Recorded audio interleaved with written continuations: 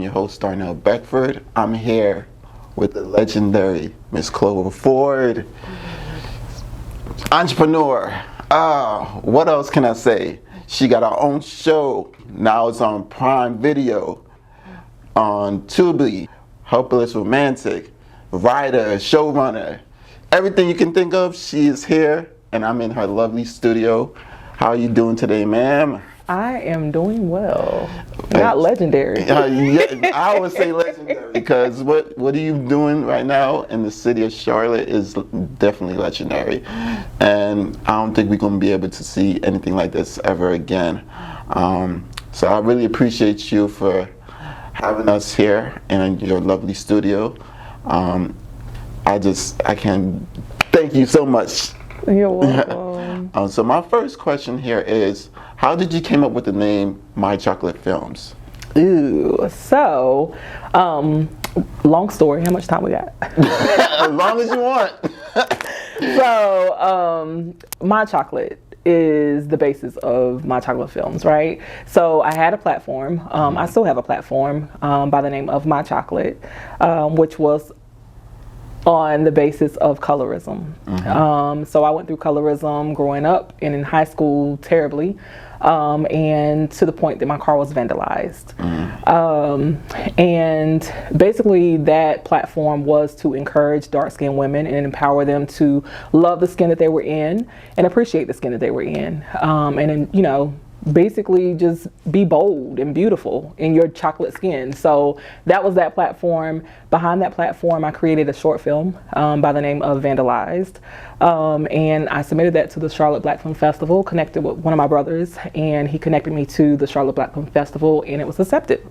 So being a part of that film festival basically told me what my passion was. Being amongst so many other filmmakers, I was like, oh my God, this is what I want to do. And we created Hopeless Romantic. Behind Hopeless Romantic, before we actually went into season while we were writing, I'm like, what can my production company be? I would like to have a production company. I was like, why not My Chocolate Films? We're going to make that bold. We're going to stand on My Chocolate. So My Chocolate Films, and the rest is history. Man, that's amazing. So what made you choose to open a production studio versus any other like business venture? Yeah. So truth be told, I have never wanted to be an entrepreneur, ever. A lot of people has tried to like pull me in that direction. Like, that is not something I want to do. I want a paycheck, a guaranteed paycheck every 2 weeks. And I want to be able to climb the corporate ladder. So I've climbed the corporate ladder, and I feel like I've reached my ceiling, and God has pulled me in that direction. Like, no, this is the path that I have for you, right? As we were creating Hopeless Romantic season 1, it was really hard to find locations, free locations.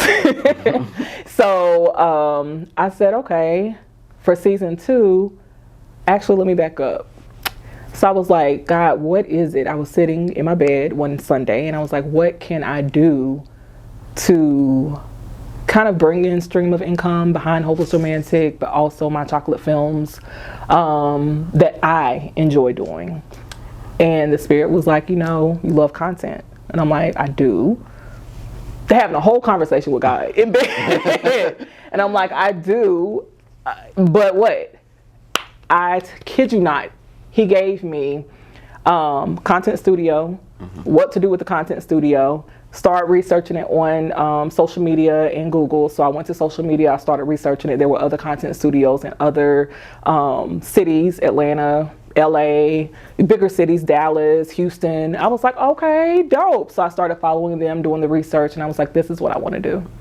So I opened the film studio, and then we had pretty much some of our sets already here for Hopeless Romantic season 2. So again, the rest is history. Oh man, that sounds like a lot. As far as content creation for you, not only having your own show but having your production studio, what would be the hardest thing and also the easiest thing about having to do both? The easiest thing I would say is being able to come in and create my own content. I'm a creative. I've always been a creative since birth. I used to go in my room and play. I used to watch, TV shows or whatever, and then go in my room and basically replay that out by myself. I was the only child for like 10 years. So I've always been a creative, and just having all of, these ideas and then finally putting it into perspective and reality. So that's the easiest part. And being able to come here and do my own content. Right. So a couple of weeks ago, I filmed myself singing, because I'm an introvert. So I filmed myself singing in this room here. And in doing that, I wanted to showcase the other introverts, like what do we do on a day-to-day basis? Like, I am free by myself. Right. Other people may not get that from me, right? And sometimes when they see me on social media, they think that I'm this comedic. But when you see me in person, I'm kind of quiet. I'm not that person that you see on social media. So I showcase that. So that's the easy part of being able to create my own content. The hardest part was trying to decide how I was going to place everything. What was I going to, like, when I came in, I knew how I wanted the format of the studio to be, but the different sets, I had no idea what I wanted in my sets, like what I wanted them to look like. I knew I wanted a bedroom, I knew I wanted a cafe, I knew I wanted an office set, but what was that going to look like? I didn't have anyone to come in and like design that for me. I did this design myself. So I would say that's the hardest part. That was the hardest part. That does sound like very, very hard. Yeah. And that's why I said it at the beginning of the intro. I'm like, this is legendary, because a lot of times you don't really see a lot of people that look like us have our own studios besides Tyler Perry, and that's like an exception, but not the rule. Yeah. And that's a lot of work. Now, my other question here is in terms of the whole content creation and besides the business, what is it like running a show and writing a show like Helpless Romantic while doing all this other stuff besides that?